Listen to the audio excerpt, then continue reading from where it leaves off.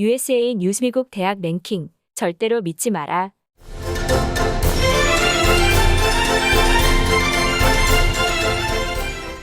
필자가 미국 대학 진학 및 미국 대학 장학금 상담이나 컨설팅을 하면서 단골로 받는 질문이 그 대학 몇 위에요이다. 이 질문 속에는 그 학교가 얼마나 우수해요? 라는 의미가 들어있다. 국내 대학의 사례를 보자. 일반적으로 사람들은 서울대, 연세대, 고려대, 서강대, 성균관대, 한양대 이런 식의 서열을 매긴다. 그 이야기는 서울대가 가장 공부 잘하는 학생들이 가고 이어 연고대, 서강대, 성균관대 순으로 공부 잘하는 학생들이 입학을 한다고 생각을 한다. 그렇다면 US 뉴스 대학 랭킹도 공부를 잘하는 순서일까?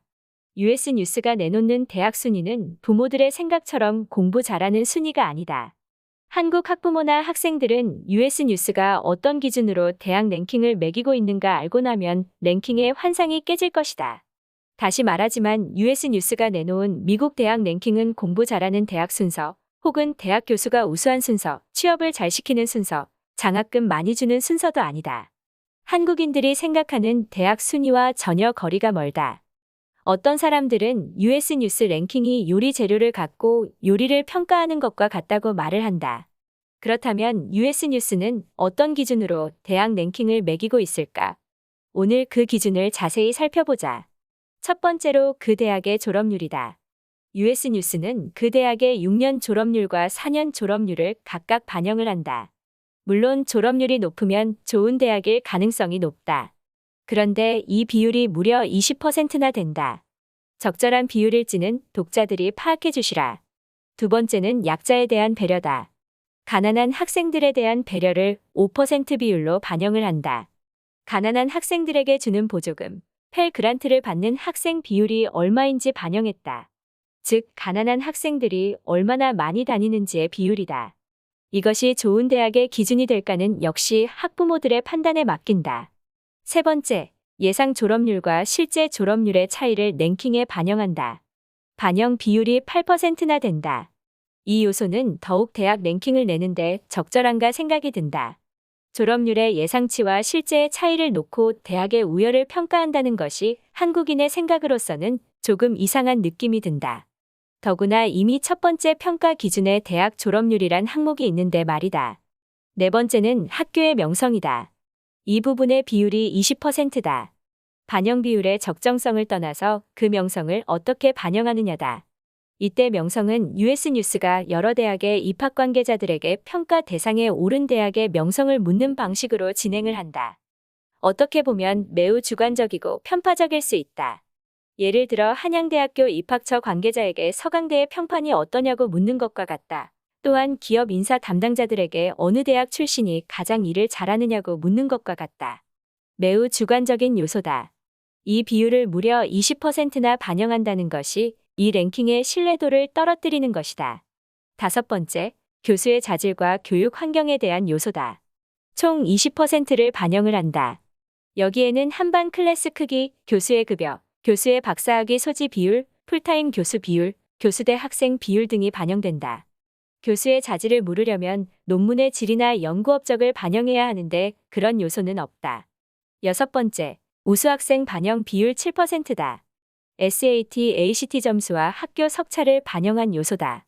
한국인들이 생각하는 명문대학의 요소이지만 반영 비율이 7%밖에 안 된다. 한국인들은 사실 이 랭킹을 보고 싶어 할 것이다. 일곱 번째, 학생당 재정보조 장학금 평균 액수로 반영률 10%다.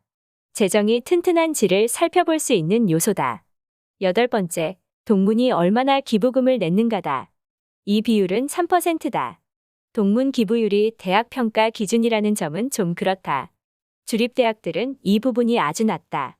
프린스턴은 55%인데 UC 버클리는 8%다. 주립대학들의 동문 기부율은 사립대학에 비해 매우 낮다. 따라서 대학 랭킹이 왜곡될 수 있다. 아홉 번째, 졸업생이 얼마나 빚을 지고 졸업했느냐의 비율이 랭킹 측정 요소의 5%다. 이 요소의 반영 여부와 반영 비율이 적절한지도 의문이 든다.